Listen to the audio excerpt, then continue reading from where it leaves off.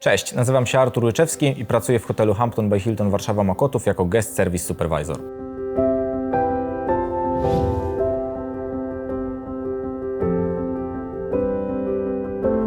Zanim podjęliśmy współpracę z zespołem Navi Parking, nasz parking hotelowy bazował na papierowych biletach, które każdy gość na etapie wjeżdżania do hotelu musiał pobrać, a następnie zgłosić się z nimi do nas na recepcję, aby nasz zespół mógł je podbić odpowiednio, żeby były one funkcjonalne przez cały pobyt w naszym hotelu. Jeżeli gość zostawał z nami na więcej niż jedną dobę i potrzebował w międzyczasie tego pobytu wyjeżdżać i wjeżdżać od nas z parkingu, bilet działał na wyjazd, natomiast na etapie wjeżdżania do hotelu musiał pobierać go jeszcze raz. Fakt, że nie musimy zamawiać biletów sprawia, że są to pewnego rodzaju oszczędności, ponieważ do systemu parkingowego, którego używamy aktualnie, właściwie nie musimy dokładać w żaden sposób żadnych funduszy. Jest to tak naprawdę bezobsługowe na tę chwilę. Natomiast co jeszcze istotne, ludzie, którzy nie są naszymi gośćmi, w aplikacji widzą, że na naszym parkingu jest dostępność i mogą z niego skorzystać, w ogóle nie przechodząc przez naszą recepcję hotelową. Są w stanie wjechać do naszego parkingu, czy to naziemnego, czy to podziemnego, skorzystać z niego tak długo, jak potrzebują i wyjechać w ogóle bez naszego udziału,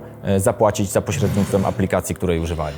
Dla nas jako pracowników najbardziej użyteczna okazała się opcja możliwości otworzenia bramki zdalnie, stojąc cały czas przy swoim stanowisku recepcyjnym. Jest to dla nas wyjątkowo ułatwiające pracę, ponieważ do tej pory musieliśmy odchodzić od naszego stanowiska pracy, podchodzić do innego komputera, tam dopiero otwierać bramkę, manualnie ją zamykać i wracać do obsługi gościa przy stanowisku recepcyjnym. Opinie dotyczące działania naszego systemu parkingowego znacznie się polepszyły. Dużo mniej trafia się opinii negatywnych na ten temat. Nie ma tutaj żadnego punktu zaczepienia, który byłby problemem regularnie, notorycznie, w przeciwieństwie do wcześniej wspomnianych bilecików, które generowały tych problemów naprawdę dużo. Parking przestał być tym punktem zaczepienia do negatywnych opinii.